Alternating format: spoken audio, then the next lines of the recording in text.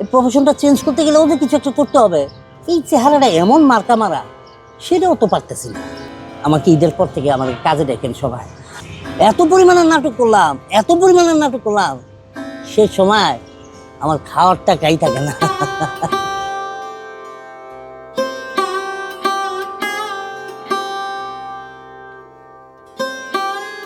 শামীম ভাই, আপনি কেমন আছেন? কাজকর্মের কি খবর? কাজকর্মের অবস্থা খুব একটা ভালো নাই। ভালো নাই বলতে গেলে মিডিয়ার সাথে সংযোগ নাই, প্রায় বছর 3-4 মতন নাই, মানে কাজ খুব একটা নাই, নাই বলতে গেলে। এই যে রমজান মাস যাচ্ছে, জানলাম যে আপনার আর্থিক অবস্থা তো ভালো না, খুব কষ্টে আছেন। হ্যাঁ, ওই খুবই কষ্টে আছি বলতে গেলে আছি মারাত্মক, মানে এক প্রকার বলা যায় যে যে চলছে। এটা আসলে আমি এত কষ্টের কথা বলতে পারবো না। আমি যে জীবনের শুরু থেকে আজ থেকে প্রায় আমার বয়স যখন 12 বছর, মানে আমি সুপারম্যানের মতন কাজ করে গেলাম।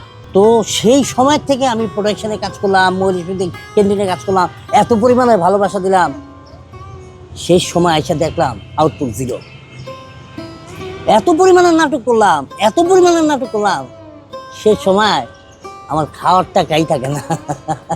তো সঞ্চয় করি না, খালি আজকে খাই, কালকে তো কামাই করবই, কালকে খাই, পরশু তো কামাই করুন, এই করতে করতে পয়সা সঞ্চয় করা হয় না।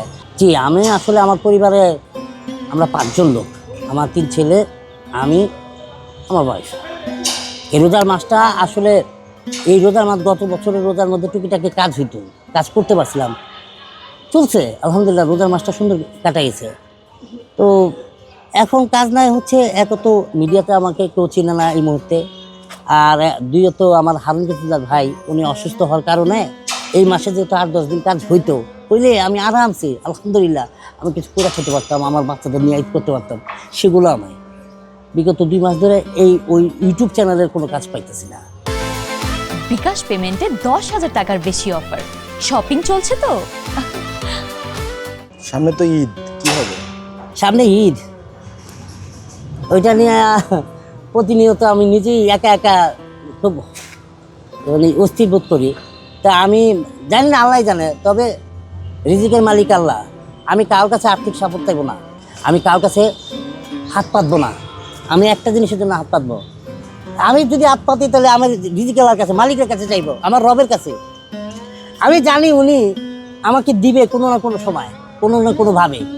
আমি শুধু একটা জিনিসই চাইবো, আমাকে ঈদের পর থেকে আমাদের কাজে দেখেন সবাই। আমি নাটকের ডায়লগ অ্যাক্টিং ভুলে যেতেছি গা, একদমই ভুলে যেতেছি। 32-33 বছর ধরে কি করলাম তাহলে আমি ভুলেই যেতেছি, অ্যাক্টিং ভুলেই গেছি গা। আমার কি কাজ হবে না? আমি কি কাজ পাবো না?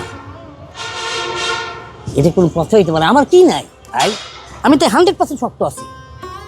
আমি এখনো দৌড়াইতে পারি, 54 বছর বয়স, খারাপ একদম, গাছ উঠতে পারি, দেওয়াল পার টকাইতে পারি, সব ধরনের কাজ করতে পারি। কই অ্যাক্টিংয়ে হয়তো মানে একটু দুর্বলতা আছে, কিন্তু কই আমার চাহিদা তো কমে না। কিন্তু আপনারা কেন কমাই দিলেন আমারে? আমি কি এমন কাজ করছি আপনাদের সাথে?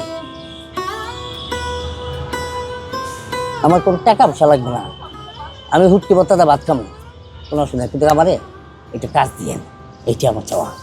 এত কষ্টে থাকার পরেও আপনার কি কখনো মনে হয়েছে যে এই অভিনয় প্রফেশন চেঞ্জ করে অন্য কোনো প্রফেশনে যাই? হ্যাঁ, মনে হয়েছে এই জায়গাটা আসলে আমার জন্য না, আমাদের মতো কিছু আর্টিস্টদের জন্য না। শুধু আমি কি লেগে এই জায়গায় গেছিলাম অভিনয় করতে। প্রফেশনটা চেঞ্জ করতে গেলেও যে কিছু একটা করতে হবে।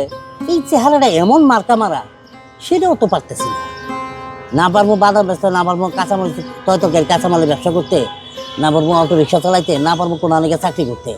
শিল্পী তো আরেকটা শিল্পীর অপমান হবে, সেই কারণে নিজেই না খায় রয়েছি শিল্পীকে সম্মান বাঁচাইতে গিয়া।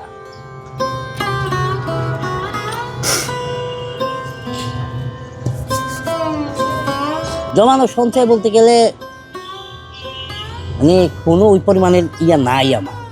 যেটুকু আছি রোজার মাসটা চলে যাবে খুব কষ্ট মষ্টে, হয়তো ইচ্ছা, হয়তো আমার মাসুম বাচ্চাগুলা, তাদের কোনো চাওয়া নাই, কোনো চাহিদা নাই।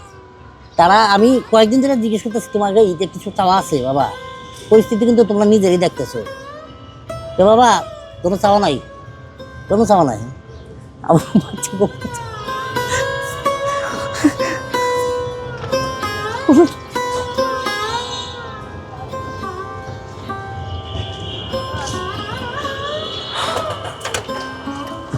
আমি আমার মতন আমি কোনো শিল্পীকে বলবো না যে আমি আজকে যে অবস্থায় আছি সেই অবস্থায় আপনি শিল্পী দাঁড়ায়েন না। এখনও সময় আছে, টাকাগুলা খোঁচায় রাখো, সবাই সময় থাকতে এটা খরচ করো, নাইলে আমার মতন হাত পাত তো মানিজ্য চলে যাবে। আমি চাই না ওই শিল্পীকে ওই অবস্থা হইতে। আমি আমারে দিয়ে বুঝাইলাম, আপনি কি আমার কথা বুঝছেন?